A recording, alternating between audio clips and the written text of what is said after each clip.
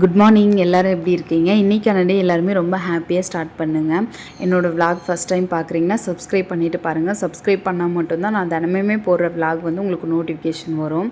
இன்றைக்கி வந்து அம்மா வீட்டிலேருந்து மாமியார் வீட்டுக்கு வந்து கிளம்பி வந்தாச்சு. வந்து அடுத்த நாள் வந்து பந்தக்கால் நடலான்னு சொல்லிட்டு மாமா வந்து கூப்பிட்டு இருந்தாங்களா. சரி, நம்ம ஃபஸ்ட்டு போயிட்டு இது வரைக்கும் நான் வந்து ஃபங்க்ஷன் வந்து இந்த மாதிரி பந்தக்கால் நட்டதெல்லாம் கிடையாது. நாளைக்கு திருவிழான்னா இன்றைக்கி தான் வந்து ஊருக்கே வருவேன். இந்த வருஷம் கொஞ்சம் வந்து முன்னாடி வந்ததுனால இந்த ஃபங்க்ஷனில் வந்து அட்டன் பண்ணலாம் சொல்லிட்டு நானுமே வந்து காலையில் வந்து கிளம்பி வந்துட்டேன். எப்போவுமே வந்து ஊருக்கு போகிறேன் அப்படின்னு சொன்னால் இந்த மாதிரி கொஞ்சம் வெளியில் இருக்கிற வேலையெல்லாம் வந்து அத்தை வந்து என்னை போக சொல்லிடுவாங்க. வீட்டில் இருக்கிற வேலையெல்லாம் வந்து அத்தை வந்து ஷேர் பண்ணி பார்த்துப்பாங்களா. எனக்குமே வந்து ரொம்ப ஸ்ட்ரெயின் பண்ணி வீட்டில் வேலை பார்க்குற மாதிரிலாம் இருக்காது. ஆனால் அத்தை வீட்டுக்கு போனாலும் சரி, எங்கள் அம்மா வீட்டுக்கு போனாலும் சரி, இங்கே வீட்டில் நம்ம வீட்டில் சென்னையில் இருக்கும் போது மட்டும்தான் நம்ம வந்து எல்லா வேலையும் இழுத்து போட்டு செய்கிற மாதிரி இருக்கும். அத்தை வந்தாலும் சரி, அம்மா வந்தாலும் சரி, கொஞ்சம் முடிஞ்ச அளவுக்கு வந்து அவங்களுக்கு ரெஸ்ட் கொடுப்பேன். எல்லா வேலையும் அவங்கள நான் செய்ய விட மாட்டேன். ஏன்னா நம்ம தான் வந்து வீட்டில் எப்போவுமே வேலை பார்த்துட்டு இருக்கிற மாதிரி இருக்கும். அவங்களும் அதே மாதிரியே தான் இருப்பாங்க. வர இடத்துலையாச்சும் அவங்க வந்து ரெஸ்ட் எடுக்கட்டும் அப்படின்ற மாதிரி யோசிப்பேன். என் மாமியாருமே அப்படி தான் யோசிப்பாங்க, என் அம்மாவுமே அப்படி தான் யோசிப்பாங்க. அதனால் ரொம்ப வந்து அதிகமாக வேலைலாம் வாங்கவே மாட்டாங்க. முடிஞ்ச அளவுக்கு ஏதோ சின்ன சின்ன வேலையை தான் வந்து பார்ப்பேன். சமைக்கிற வேலை தான் வந்து வீட்டில் எனக்கு எங்கே இருந்தாலும் சரி, இந்த சமைக்கிற வேலை மட்டும் தான் நம்மளை வந்து அதிகமாக விடுற மாதிரி இருக்கும். நான் வந்து அடுப்புக்கிட்ட வந்து உட்காந்துட்டுனா அத்தை என்னென்ன தேவையோ அதை எல்லாமே எடுத்துகிட்டு வந்து கொடுத்துருவாங்க. இப்போ வந்து நாத்தனார் இருக்காங்களா, முடிஞ்ச அளவுக்கு வந்து அவங்களுமே வந்து ஓரளவுக்கு செஞ்சுருவாங்க. அப்படி இல்லைன்னா நம்ம வந்து சேர்ந்து செய்கிற மாதிரி இருக்கும். காலையிலே வந்து பந்தக்கால் நடலான்னு சொல்லிட்டு ஒவ்வொன்றா வந்து சொல்லி கொடுத்தாங்க. அவங்க என்னென்ன பண்ணுறாங்களோ அதை நம்ம திரும்ப பண்ணுற மாதிரி வந்து சொன்னாங்களா. ஃபஸ்ட்டு வந்து பால் ஊற்றணும், அதுக்கு அடுத்து வந்து தயிர் ஊற்றணும், அதுக்கு அடுத்து வந்து நவதானியெல்லாம் போட்டுட்டு பந்தக்காலுக்கு வந்து ரெடி பண்ணிட்டோம். ஒரு பெரிய கம்பு வச்சுட்டு அதில் மாவளை தோரணெல்லாம் முன்னாடியே வந்து கட்டிகிட்டு இருந்தாங்க. எத்தனை பேர் லேடிஸ் வந்திருக்காங்களோ அத்தனை பேருமே வந்து அந்த மஞ்சள் குங்குமம்லாம் வந்து அந்த பெரிய கம்பில் வந்து வச்சு விட்டுட்டு அதுக்கப்புறம் வந்து பந்தக்கால் நடுறதுக்கு வந்து ஸ்டார்ட் பண்ணிட்டாங்க. இப்போ இங்கே இருக்கிறவங்க எல்லாருமே வந்து பங்காளிங்க தான். பங்காளி வந்து லேடிஸை வந்து எல்லாருமே வந்து வீட்டில் வந்து யாரெல்லாம் வந்து லேடிஸ் இருக்காங்களோ அவங்கள கூப்பிட்டுட்டு வீட்டுக்கு ஒரு ஆள் வந்து கூப்பிட்டு வந்து வச்சு செய்கிறாங்க. முடிஞ்ச அளவுக்கு எல்லாருமே வரமாட்டாங்க, ஒரு சில பேர் வருவாங்க. எல்லாருமே வந்து வீட்டில் வேலை பார்க்குற மாதிரி இருப்பாங்களா, அதனால் சரி இருக்கிறவங்கள வச்சு வந்து சாமி கும்பிட்டுலாம் சொல்லிட்டு பந்தக்கால்லாம் நட்டு முடிச்சாச்சு.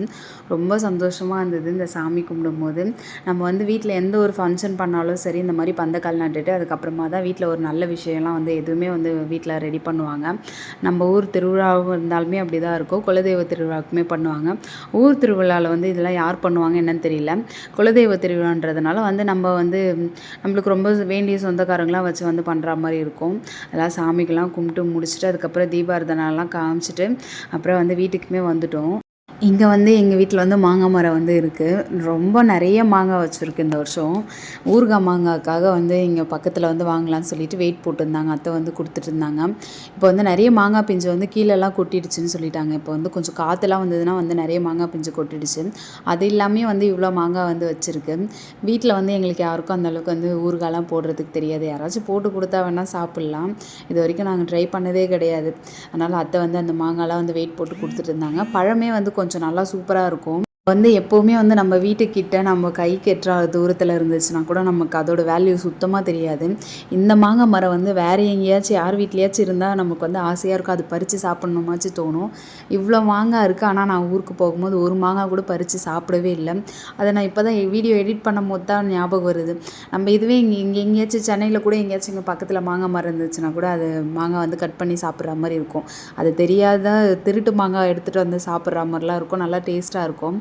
நம்ம வீட்லேயே இருக்கிற மாங்காய் ஏன் ஒன்று கூட நம்ம பறித்து சாப்பிடல அப்படின்ற மாதிரி தோணுது. பழுத்துச்சுன்னா நல்லாயிருக்கும், ஆனால் அது மரத்துலேயே வந்து பழுக்காது. கொஞ்சம் வந்து நம்ம மாங்காய்லாம் வந்து கட் பண்ணி வச்சுட்டு வீட்டில் வந்து பழுக்க வைப்பாங்க. வருஷத்தில் ஒரு டைம் வந்து அத்தை வந்து வீட்டுக்கு இங்கே கொடுத்தும் அனுப்புவாங்க.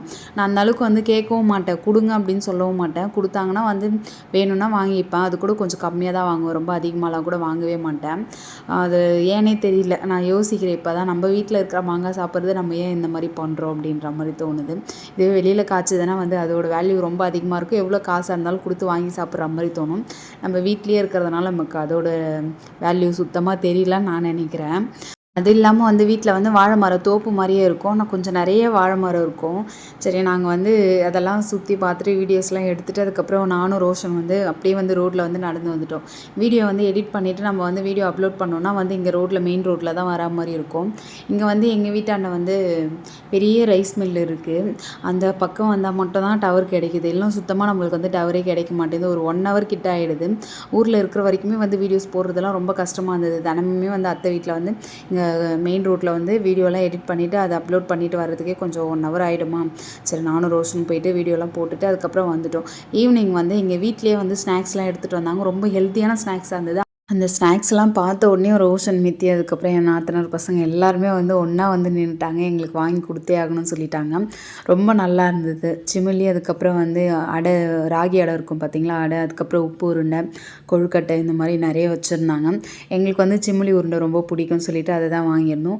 நாத்தனார் வந்து எப்போவுமே வந்து அவங்க தான் செஞ்சு கொடுப்பாங்களா. இப்போ வந்து அவங்க கன்சீவாக இருக்காங்க, அவங்களால வந்து செய்ய முடியாது. எனக்குமே அது வந்து செய்யறதுக்கு அந்த அளவுக்கு தெரியாது. அதனால் சரி நாங்கள் வந்து வெளியில் வந்து வாங்கி சாப்பிட்டுட்டோம். நைட்டுக்கு வந்து டின்னருக்கு வந்து அத்தை வந்து தோசை ஊற்றி வச்சுருந்தாங்க. தோசைலாம் சாப்பிட்டுட்டு இதை வந்து அடுத்த நாள் எடுத்த வீடியோ. எனக்கு வந்து ஊருக்கு போனதுலேருந்து இந்த வீடியோ வந்து அப்லோட் பண்ணுறது தான் பெரிய வேலையாக இருந்தது.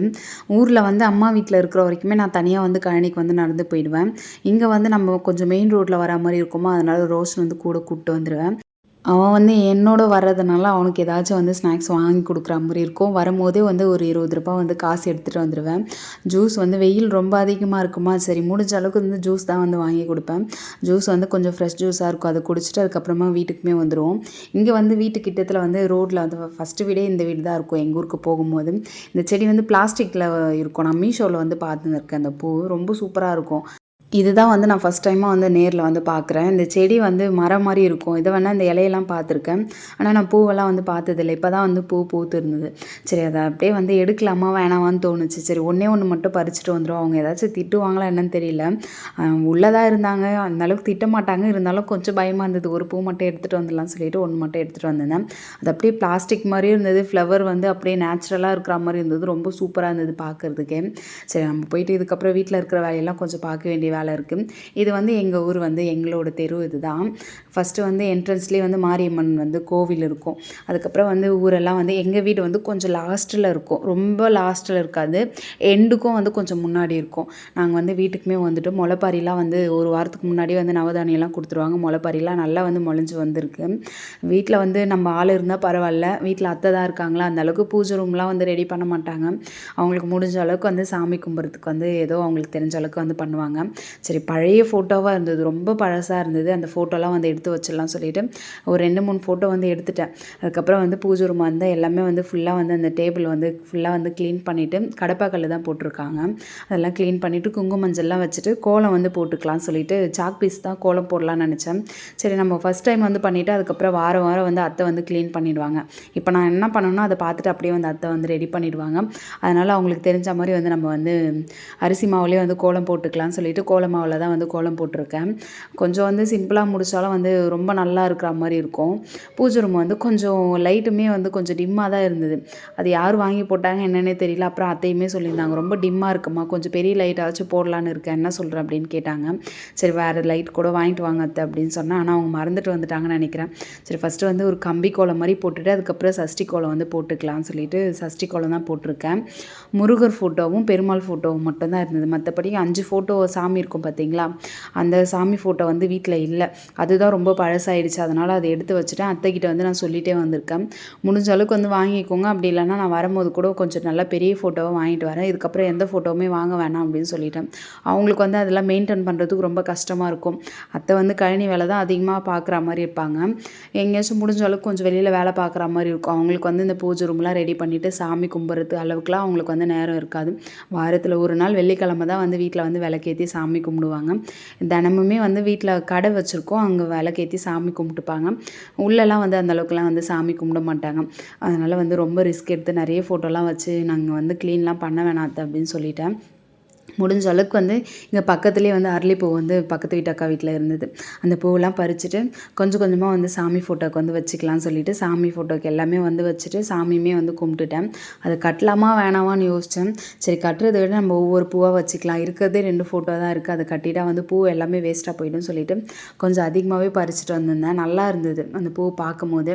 அத்தை வந்து செய்யறக்கு போயிருக்காங்களா, அவங்க வரும்போது வந்து நான் வாங்கிட்டு வரேன் அப்படின்னு சொல்லிட்டு தான் போனாங்க. ஏன்னா அன்றைக்கி நைட்டுக்கு வந்து முளைப்பாரி வாரி வந்து எடுக்கணும். நான் வந்து காலையில் வந்து சாமி கும்பிட்டுருக்கேன். வீடியோலாம் வந்து அப்லோட் பண்ணிவிட்டேன். ஒரு 11 மணிக்கு மேலே தான் வந்து சாமி கும்பிட்டேன்.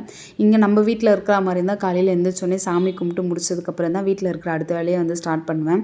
இப்போ நான் அங்கே போனதுனால வந்து சரி இன்றைக்காச்சும் விளக்கேற்றி நம்ம சாமி கும்பிடுவோம் அப்படின்னு சொல்லிட்டு சாமியெல்லாம் கும்பிட்டு முடிச்சாச்சு.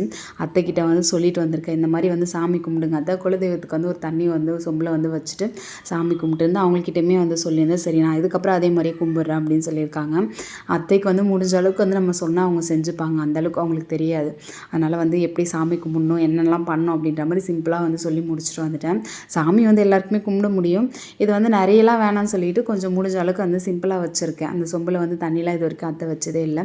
நான் வச்சுட்டு வந்திருக்கேன். அதுக்கப்புறம் அவங்க அடுத்த வாரம் வந்து அது தண்ணி மாற்றிக்க சொல்லியிருக்கேன். அவங்களுமே சரின்னு சொல்லிட்டாங்க. வெளியில் வந்து பார்த்தா சரியான மழை, ரொம்ப சூப்பராக இருந்துச்சு.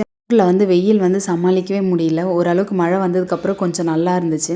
சரி ஓகே, என்னோடய விலாக் உங்களுக்கு பிடிக்கும் நான் நினைக்கிறேன். பிடிச்சிருந்தா சப்ஸ்கிரைப் பண்ணிக்கோங்க. இதுக்கப்புறம் நெக்ஸ்ட் விலாகில் பார்ப்போமா? இவ்வளோ நேரம் என்னோடய விலாக் பார்த்ததுக்கு ரொம்ப தேங்க்ஸ். பை.